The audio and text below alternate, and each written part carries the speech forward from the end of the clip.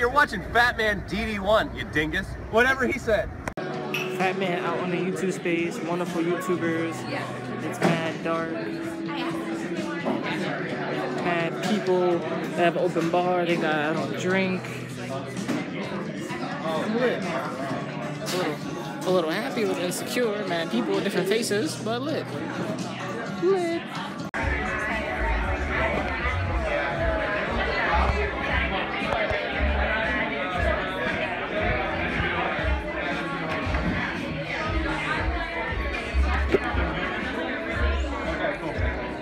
For the NY, baby.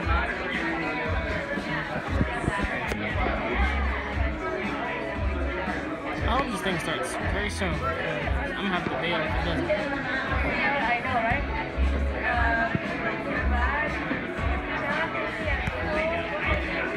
Oh my god. I'm just fucking around a lot. This is a lot right now. There's not much to do. There's mad people here. Mad. Check it out. Check out PSC. Mad YouTubers. Mad people are here. Right now, I'm a little afflicted because now I have work. My boss just called me. He's like, hey, Darnell, where are you? I'm somewhere else right now. This ain't really that important. Hopefully it starts soon. Because if it doesn't, I'm gonna have to bail the fuck out. My boss could fire me. But this thing isn't starting anytime soon. I'm gonna be a little derailed. So I'm a little tight. Bunch of awesome people, I believe. I haven't talked to a single one of them. Antisocial, extrovert. Let's see what happens. Yo, this is Fat Man. I'm at the YouTube space. Beautiful YouTubers, awesome people. A lot of shit going on, as you can see. And also in front of me. Not much to do right now. A lot of people probably are drinking or are enjoying themselves. Me, on the other hand, I'm probably doing both of them shits right now. Drinking or enjoying myself. Soda. But it is so cool. She is so fine. She is mad fine.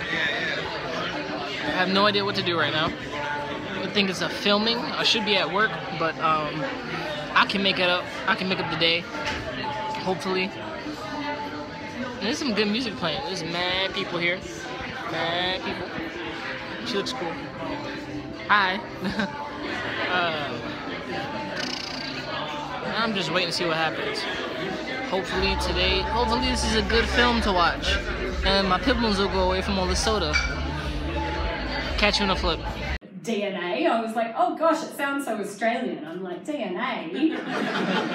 and I remembered, like before Braincraft, one of my first internet videos I made, it was like 6 or 7 years ago, was on how to extract DNA out of a banana. And I just thought of it because of like the banana reference and obviously the whole DNA thing. Except at the time, I was living in outback Australia teaching and my accent was so Australian. When you said banana, what did it sound like? Oh, it was like, like you could find this with a good keyword search, but it was just like, today we're going to extract DNA out of this banana. It was like so bad. It was like Steve Irwin meets Bill Nye. Like it was just like I'm terrible. trying to feel like we should put this on the big screen. No, okay. no, it's not something that I really want everyone to see. But that's my side note. That's pretty good. Yeah, thank you. The first thing that I wanted to ask you is, you talked to no shortage of people about their feelings about gene editing, who should do it, do it, what the results, but we didn't hear anything about what you think. I know, but that's on purpose, right? Like I want to be objective as a journalist kind of figure. Like I don't want to influence people's thoughts. Like I want people to form their own opinions based on what the experts are saying. And I kind of have this mock audience in there of yourself and other very smart people who are kind of guiding them in different directions. So I didn't want to be that person. So, but this not being on camera. Not being on camera. Thank you. being only on one single camera held by a gentleman in the front row, Yeah, sure. could I convince you to answer some of your own questions? Oh god, okay. I mean, I knew you were going to ask me this, and obviously I've thought about this a lot, but they're really complicated questions. Yeah, see how it feels? Yeah. Okay. Do you think people should be able to edit their own genes? Probably even more complicated now that you've made this. Yeah, it is. Okay, so to give some context around it, when I started this, I was all for it. And I was like, yes, we should be able to do this. We should harness the power of science to make our lives better however we can. During the course of filming, I kind of changed my mind in that respect, just based on conversations that I had with people. There's so much footage. We had like almost 30 hours of footage when we came back from this. And there's so much stuff, obviously, that isn't in the final cut. And one of the stories that I heard was from, we didn't include it because it was a bit kind of speculative, but Jason Bogue, the guy who was doing the resilience research, told me about the story of Stephen Crone, who some of you may have heard of. And he's the guy in the computer lab? Yes, yeah. Jason Bogue was the guy in the computer lab at Mount Sinai Hospital, yeah. So Stephen Crone lived in New York in the 80s and 90s, and all of his partners had AIDS, and he never got it. So he went to HIV, and they actually kind of used some of that to develop medication for HIV. So he was very widely tested. There was a documentary about him on PBS some years ago. He spoke a lot in the later years of his life about having survivor's guilt for this. And he actually committed suicide. And I haven't kind of thought about the mental resilience that we need to go along with genetic resilience. Sure. And so many people in the diner were talking about longevity. Like, that's the theme in the diner, where everyone was just like, oh, I would, like to be immortal, maybe not necessarily immortal, but I would like to have another 20 years of life. I would like to have my same quality of life until the time that I'm 80. And then I just had this complete breakdown on camera that we also didn't include, because I was like completely sleep deprived and really emotional, but I was just like, what's the point of living so long if nobody loves you? Damn.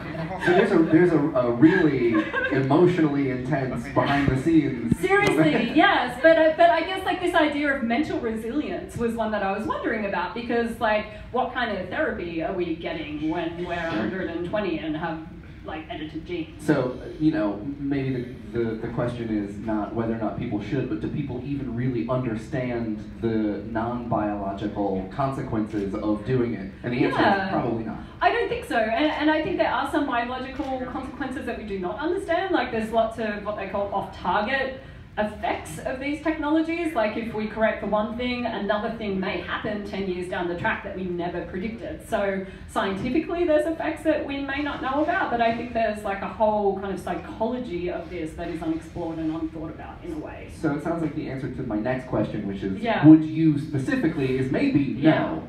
Would I edit my own genes? Yeah. I don't think so.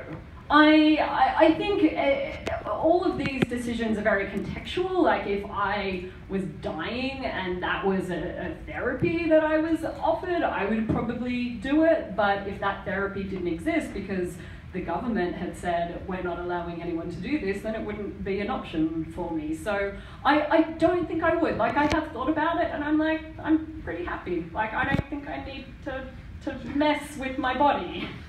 Yeah. What about, I think the hardest question, your kids. Yeah, I know, and it's such a personal question, right? And I kind of loved it when we were in the diner, and I was just like, people just sat down. And I think I squirted for a while. Yeah, and I was like, so do you want to have children, Mike? And Vanessa also spoke to my partner. I know, I was like, separately. And I just have the footage of both of you that either like that you've never seen of each other. Yeah. Is that why I could just get a copy of that at some point? I mean, I'm not sure. I think as Matt said in the film, like, of course you would take things out if you knew that they were there and if you knew that there was no risk as well. But I mean, obviously that's also not a decision that I would make by myself either, right? Like, there's another person involved in that, so. So even probably, more contextual than... Yeah, but I mean, probably not, though. Probably not. And finally, the last question I want to ask you that you asked is, who do you think should be in charge of of answering these larger questions? Yeah, it's really tough. I would fall back to the scientific community because I think they would have the best understanding of the risks involved. But there is also this kind of like undercurrent of profit that is in these decisions. So I think that it should start with the scientific community, but then we need like regulatory bodies that would control for that. I'm not gonna lie, Molly had to ask me to calm down during the caribou genetics section because I had a lot of gesticulating to do. Well, I mean, I've thought about this because, like, what's the point where biotechnology meets healthcare meets capitalism, right? Like, where is that intersection happening? Yeah, cyberpunk. Yeah, and I mean, just if you look at kind of what is happening with like pre-existing conditions and the state of healthcare in this country, like, does your healthcare provider get to access your genetic information, and do they deny you coverage if you're at high risk for something that is purely based on information in your DNA and you have no symptoms or anything? Like, is that a future that could exist? I think it kind of is, and it's pretty scary. Like, I had just when we were going through the whole process of all of this stuff, like, just because something that was interesting that we didn't touch on was genetic testing. Like, you can go out and get your genome mapped and find out all kinds of information about yourself. You can get carrier screening and find out if you're at risk of passing on genetic diseases to your children. That's something you can do, and to go back to the psychology of it, there's all of these studies that have been done on the regret profile of people who have done that. Like, people who have found out that they're at risk for something, they may well never develop that condition. There is also a chance that you will not pass that on to your children, but people have gotten like anxiety about it and have regretted being tested. That actually makes me think of sort of talking about all these other suites of technology and techniques that exist around knowing what your genome is, and like carrier screening. Yeah. Avoiding the presence of disability. Listening to George Church talk, and listening to the woman whose name I'm blanking on, talk about Rachel? Two Rachels. Okay. So it's like high probability. Talk about... Okay, all right. Rachel? Rachel or Rachel? Probably Rachel. Yeah. Yeah. They seemed to suggest that like CRISPR is kind of like overhyped. Definitely, and that was something like George was like, came part to of my attention like, too. Part of the bigger thing, and like I don't know why it's so. He said he is mystified as to why it is so popular. Yeah, and I mean, he said it like it has a cool name. I think we have a tendency. It sounds like an app or something. Yeah, I mean, we have a tendency to popularize these cool new technologies with the hope that they will cure all diseases, right? Like stem cell technology was the same way 10 years ago. Like, we put them up on a pedestal and we expect them to solve all of our problems in a way. CRISPR won't do that, but the thing that comes after CRISPR may. Like, it's one technology that has come after many other gene editing technologies before it. Yeah. Do you have, like, let's say you're talking to the media, do you have suggestions or guidelines for responsible, because it sounds like... Gosh, I mean, that's when science journalism can become so boring, right? Getting all caught up in the facts and stuff. Yeah, because it's like one technology that may or may not improve our lives. More research to come. The trials are inconclusive. What a headline. Yeah. So in a way, is it actually useful that there is a kind of hype around it because it's forcing people to confront these questions? Maybe? I think it is, and something that I like to do in, I think, my normal content and just in life, at a bar, is ask really hard questions like this. Like, I think that ethics is a way that science can reach people at a personal level, because it can really like tap into your belief system and make you challenge the way that you think. And you learn. Yeah. Do you, I mean, Do you feel like that is a net result of the way a lot of this technology is being covered and talked about? Do you, like, you talked to a lot of people, did you? Yeah, I feel like the way that the technology is covered is that, you know, I mean, you saw the headlines at the beginning of this that came up where they're like, CRISPR will change everything, and it kind of talks in very broad terms about this, and then at the end it's just like, oh, but should we? End of article. So it's like, yeah, so I mean, I think that ethics is spoken about enough myself. Fair. Yeah. So I don't want to keep us for forever. I'm going to ask you some questions about production. Oh, now sure. That I've forced you to answer the hard questions. Yeah, I didn't really answer them though. Should we? End of Q&A. So I'm going to ask you a question that you probably got asked like 100,000 times, okay. and you're probably going to answer 100,000 more times, which is, can you take us through the process of how this got made?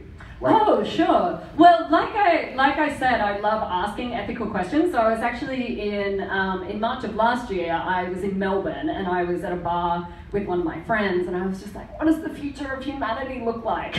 Really fun person to hang out with. Just a little sort of, just a small kind Yeah, and we started talking about CRISPR, and then we started talking about this concept, and it was kind of born from that, in a way. And then 2 months later, I was in Vienna, in Austria, like Carmen San Diego, and I met the EP for this at this very ornate nightclub after a conference at like 1 a.m. and pitched her this idea, and she was like, sounds great, let's make it. and it really surprises me because normally I never leave my apartment, so these were two very unusual situations. After that, I was really lucky to get most of my funding from an initiative that YouTube had, from Screen Australia and from PBS Digital Studios, from their support as well. So I think we pulled together the budget quite quickly. We had an 8-week pre-production process of like researching and writing and planning all of this in Sydney, because we got like a kind of like a tax break for doing it there. Thanks, Australia. So we did it, yeah, we did that, and then we filmed it over kind of 4 weeks all around the world in all of those different locations that you saw, and then post-production was also done in Sydney, but I was in New York, so it was kind of like done remotely over another kind of 8-week period, I suppose, and we finished it in March. Jeez. Yeah. Whirlwind. Yeah, well, it was really quick, yeah. As far as getting something like this funded, is it just an exercise in knowing what your options are and just...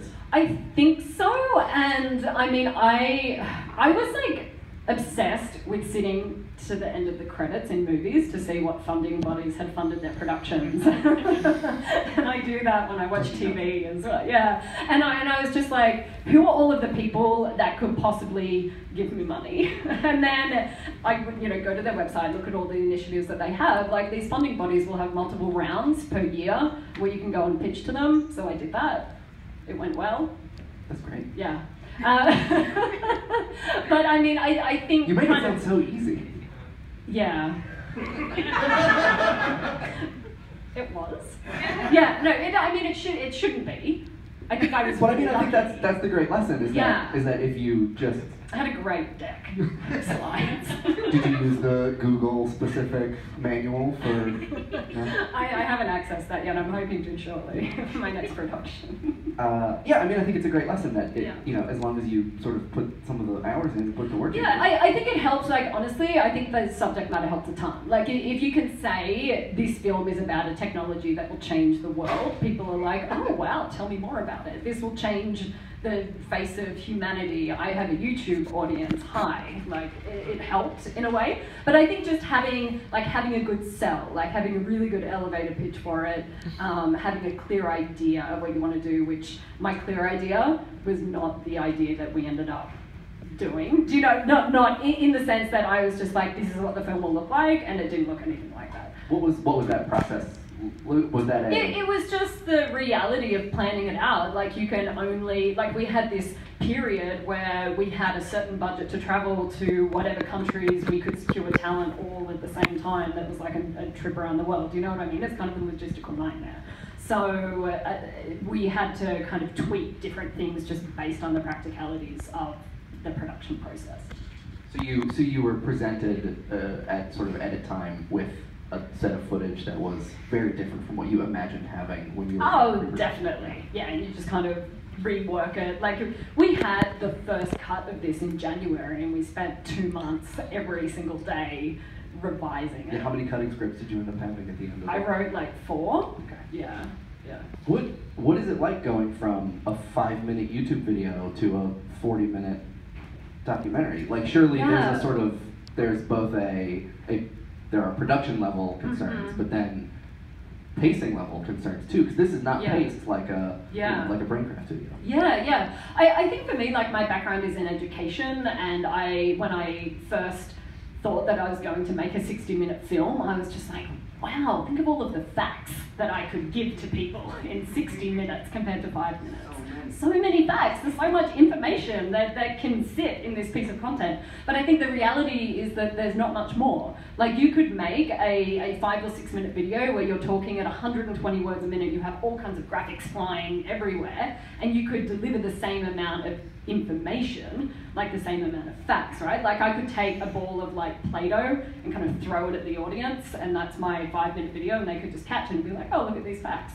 But with a 60-minute video, you kind of like take that ball and you throw it against the wall, you like smear it out in all of these different directions over like 60 minutes or 40 minutes or whatever it may be, because it's like, hey, we have these facts, but we're going to explore them in all of these different ways, and we're going to like tell a story, and we're going to like make you feel things during the process, and we want there to be like a narrative. So I guess it surprised me in a way. I don't know if that's like really convoluted, but it surprised me in a way because I thought that I would be able to talk about a lot more than I actually could, because we had to consider the way that we were delivering information. And one of the famous exchanges that I'd always have with my producer is where I would write a cutting script and I would try and introduce this like whole new big idea at like minute 35. And she's like, you can't do that. And I'm like, how can we make a 45-minute film and not talk about this? And she's like, we don't have time. And I'm like, there's so much time. But we didn't. Like, we could, there's this big like patent battle about the technology that we couldn't mention because we just didn't have time. Yeah, so this was like our famous exchange throughout it, and we both drove each other crazy for that reason. You're like, there's literally an order of magnitude more time. Yeah, but not an order of magnitude more information and facts, I suppose. But then you have to consider the impact that it has on people, right? And that's the thing that's really interesting for me. That's surprising is, when you think about it, unless the content on a base level is effective in a YouTube video, you don't have a lot of time you don't generally wait for people to have a feeling, you just move on. Yeah, you don't care about people's feelings. You need something that's 12 minutes long, yeah. and, or less, 7 to 12 minutes long. Mm-hmm. So, I mean, and this succeeds at that goal of like really having you sit with an idea and then giving you time to be like, oh no, maybe I don't, know how I feel about this. Thank you. Thank you. One of the last things that I want to ask you about is going from, how many people make your average Braincraft video? Oh, 1 to 2. And how big was your production team for this? It honestly wasn't that much bigger, like maybe 10 people. Yeah. That's sure. Okay. Still though. Yeah, probably more, maybe like 10 to 12. What was it like going? Pushing it out to 15 with like Google people. I mean, if you count everybody in the room, too. Yeah, thank you for your support. What was it like going from a relatively small production team to a larger? I think it made me really appreciate the creative freedom you have as a YouTube content creator. Like, every week I can just kind of create whatever I want and put it up on the internet, and I get to make all of the decisions. And because you have so many decisions to make yourself, they're almost, a lot of them are just like gut reactions, or you're just like, I'm just going to do this, this, this, and this. And every time I had to make a decision in this production, my EP's like, well, justify that to me. And I'm just like, what?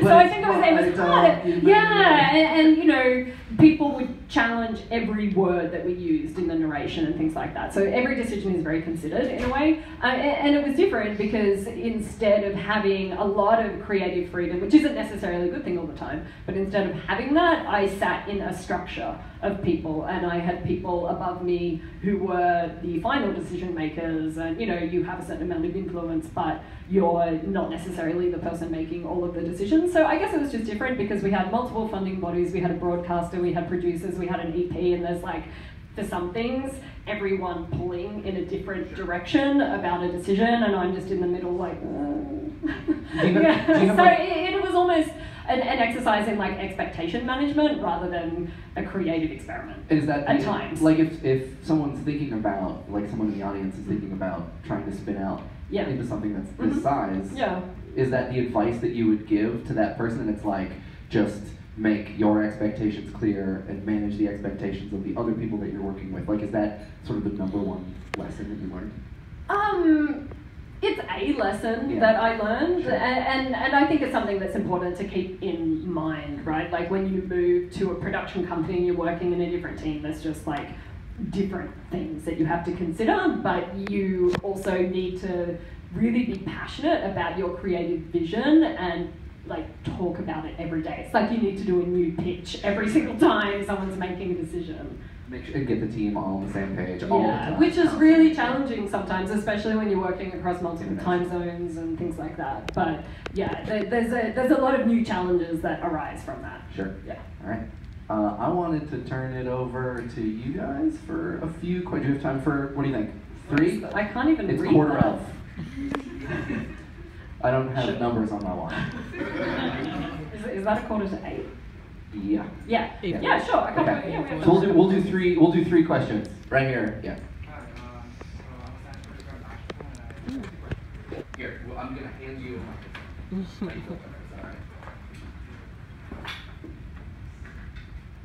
So you touched on this right now about the patent battle. So in the film, you focused a lot on like the implications, emotion, ethics. Was that a conscious decision? Because I know in the media, a lot of the coverage has been about the monetary and the huge kind of billion-trillion-dollar property this is. And Yeah. So we spoke about it to people at Berkeley, but the reason why we didn't include it in the final cut was because we weren't able to talk to anyone at the Broad Institute, so we didn't really feel like it was a good balance. In that sense, and we also got to the point where we kind of couldn't fit it into our current story. Like it was a little bit out of left field, and we spoke about the business and the startups and things, except we kind of couldn't get the balance that we wanted there. So that was why we didn't include it. And it is talked about quite a lot in the media, but there's a lot of different facets of this technology that are talked about too. So that was, it was one thing that, like, personally I was a bit upset that we couldn't include it, but it just didn't, at the end of the day, when we're in the editing room, like it just didn't fit into what we're putting together. And second question is, so there's a lot of research in China specifically about, so they just recently eliminated HIV-1 in mice. Were you able to get in contact or like research some of these actual clinical kind of research that's going on actually in animals? So just to touch on China briefly, we really wanted to go to China for this film because that was when they did the first trials of this technology in human embryos, and they actually had a trial that was running at this time in West China Hospital, which is the biggest hospital in the entire world, and it was a lung cancer trial using CRISPR, but we weren't able to get into China. Like, we tried for about, honestly, 2 weeks of our pre-production period. It was just spent with us like trying to call China and speak with people in China and like go into the embassy, and like we just couldn't get in a legitimate way. So we had spoken to someone who was doing research with mosquitoes and CRISPR, but it just didn't end up fitting into our production period. I think we mentioned it like briefly in one of the animations, but we weren't able to speak to someone about that. You could honestly make a 2-hour film if you went and like, included like every single thing. Like we had to make some decisions at some point about what fit into the parameters of the production. I want to ask just a quick follow-up question, which is the sense that I get some of the reading that I've done is that everybody who's doing this research in the West is like, well, we'll see what China gets up to. Seriously, yeah. And like, are the groups of scientists that are working with this technology over there like really pushing really hard on what it Honestly, can do? The regulations there of what they're allowed to do aren't any different to what we can do here, like to my understanding. But I think there's just some institutes there, like West China Hospital, which is attached to a university which is next to it, that have just kind of pushed forward very far in the field. Yeah. Next question. Hi. So you talked about how you really are passionate about like hard questions and ethics. So I find if you look at society, whether it be healthcare or social causes, when it's oversaturated, you experience severe digression. Suddenly it's all these great things are happening and then people revert very, very quickly. So as a prominent figure in the science healthcare society, do you feel that our present and future community can handle technology that can be so poorly misused or so greatly used? I think our attitudes towards technology are more accepting if they have medical interventions attached to them. Like, I think,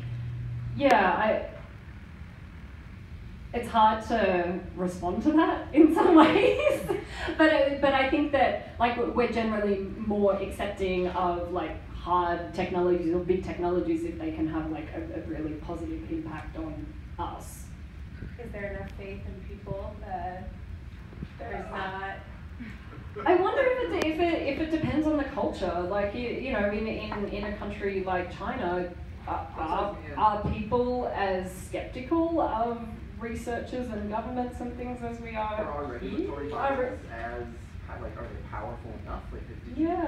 I didn't look into that. I'm not sure. Yeah, like it makes me. Your question makes me think about whether or not there is even the infrastructure of any kind to stop people from... I mean, there are still ethics boards there, and they need to get approvals to run experiments. Look at dude in his garage with the beer. Like, what's that guy's ethics board look like? I'm guessing it's some dudes on a couch. But perhaps that's where the advancements are coming from. Yeah. Also, how was the glowing beer? It was very sweet. It was actually mead. Oh. Yeah. Of course it was. So it was really sweet. It tasted like honey. And the Notes of honey. And the cabbage tasted the same as cabbage. It just tasted like butter. He added a lot of butter. Did you encounter any genetic engineering specific regulatory bodies or... So the real, it depends what you're talking about. Like it's the FDA, same, right? So the FDA, so if we genetically modify a human, they actually fall under FDA approval. Wait, what? Yeah. A human would need to be FDA approved? Yeah, if they're genetically modified, yes. Yeah. That seems wrong. It's odd, except like the woolly mammoths that George Church is trying to kind of create would also fall under FDA approval. I mean, I think as this becomes more advanced in a way, we will probably have a new body, a regulatory body that would handle that. Yeah.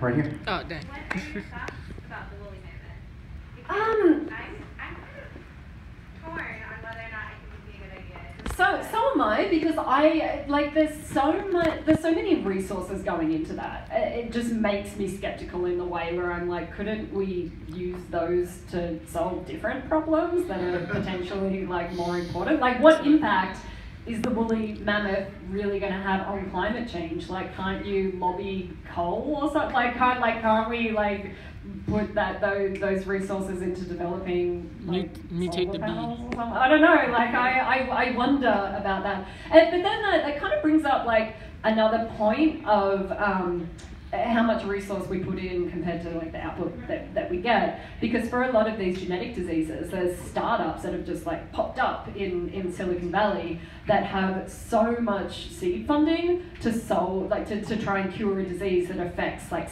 such a small number of people.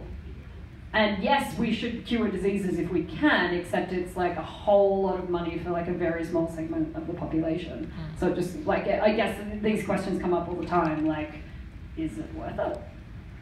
Surely George Church has an answer. Like, how does he sell? I imagine that his line for the woolly mammoth is like, well, it is dope AF. Yeah, Have you seen a woolly mammoth? I didn't ask him that. I wish I asked him that. I actually got food poisoning in Boston, and I'm not surprised. I'm from there. And that's what everyone says. Yeah. Yeah, I was having a real rough day the day that I spoke. So to does him. everybody who lives in Boston every day. Well, on that note, I actually have one question for you guys, which is if you would like to be in the next episode of Braincraft, I'm actually filming right now, after this, some of your responses to the film and some of your answers to those questions. So where's Matt? There's Matt. Matt actually filmed some of Mutant Menu and he shoots some Braincraft episodes. So he's going to be in the voiceover room, which is just next to the kitchen. There's a bar, there's drinks, there's food. If you would like to wander in there and talk to Matt and just tell him what you think, and if you have questions that are unanswered, like, please ask Matt, and I'm going to cut them together and put them on the internet next week. And also, I'm going to offer Vanessa's time now. Here. So if you have more questions, you should just pester her.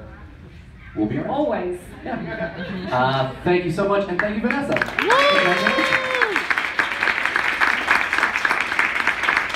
Let's eat snacks. We're recording like a good